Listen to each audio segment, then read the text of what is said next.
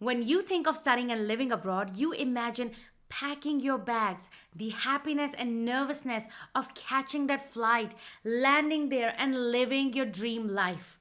But the truth is far from it. Today's video is an extra special video. In today's video, I'm going to be talking about 5 reasons why I chose to study and settle in New Zealand as an international student. If you're doing your research on which country to choose to study abroad, or New Zealand is on your roadmap and you want to study and live in New Zealand, then this video is for you. International students are one of the most overlooked parts of the student community globally. If you're somebody who is working towards the applications to universities for studying abroad, you might be feeling lost, confused, overwhelmed, and frankly feeling like, where should I begin? The biggest questions you might be asking yourself today would be, which country should I choose?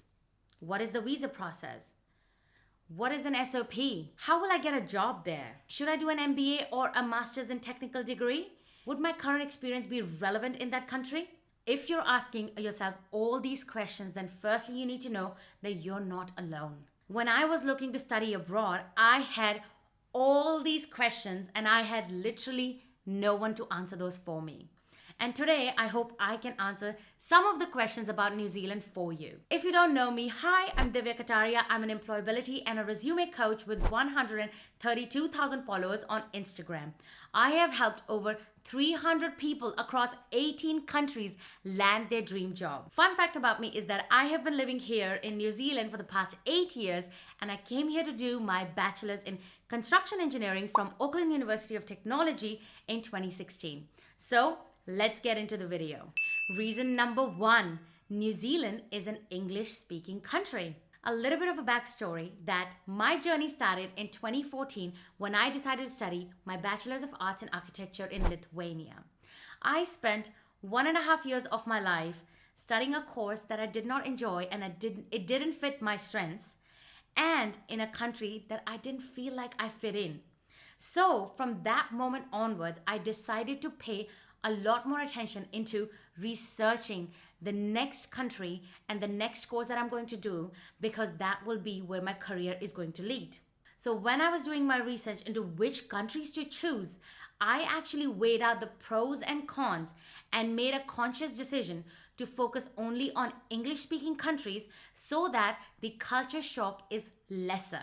So at that point of time in 2015, when I was doing my research, New Zealand was one of my top choices, including Canada, US, UK, and Australia. Reason number 2, it has a great culture and it's open and actually friendly to international students. When I did my research, one of the things that stuck out to me for New Zealand is that it's a lot more laid back, and the Kiwi culture is a lot more friendly and open and accepting of people from different parts of the world. One of the most important things for me was to feel included and be a part of the community, which New Zealand made me feel like. Another thing that gravitated me towards New Zealand was that it is very, very progressive, and there is a huge Asian community here. So I will be able to find like-minded people and make more friends and be able to settle well in the culture.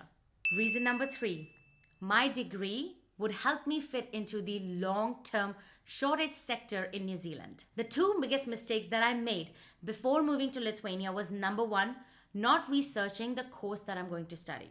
And number 2, not researching the job market. So this was something that I paid the most attention to when I was considering New Zealand as a choice for my international education.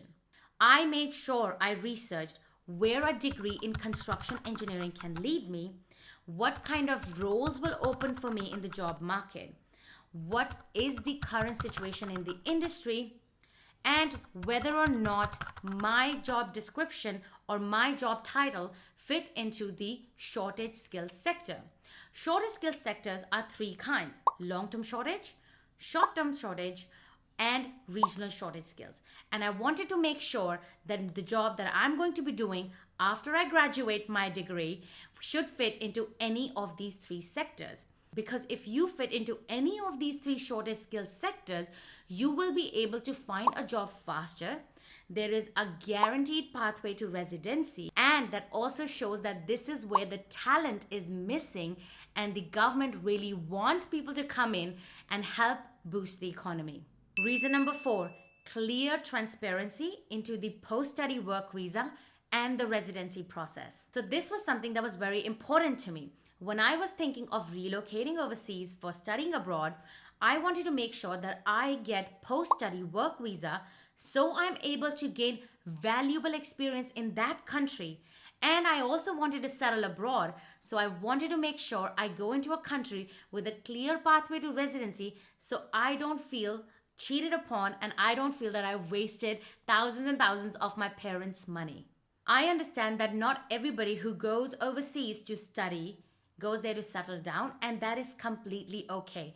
But this was my priority and this was something that was important to me. So I wanted to make sure that I had all my bases covered when I was thinking of relocating overseas and when I was thinking of considering a country. So what stuck out for me, especially in New Zealand, is that the immigration's website was very clear in terms of the residency pathways. It also had a points calculator, so I could see that at what point of my career I would be eligible for the residency process. It had a great post-study work visa, which would enable me to gain experience and work towards my residency. And this was one of the biggest reasons what made me choose New Zealand over all the other countries. Reason number 5, work-life balance. Now, this is something that is exceptionally important to me, and I have been the biggest advocate of work-life balance on my Instagram, if you know me, when I shared my journey.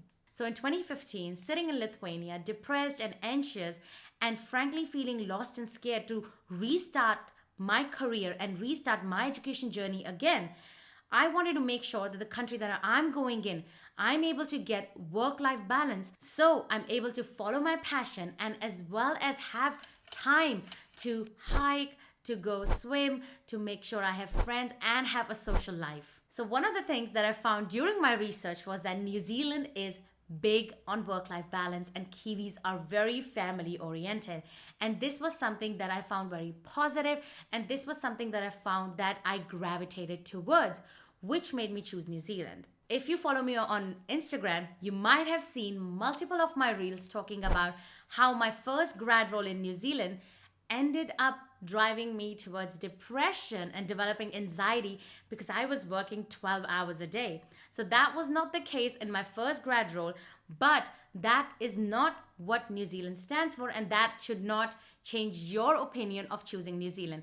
It was because the sector that I was in, construction, is a long hours, a very high-paced, stressful environment, and it didn't fit me.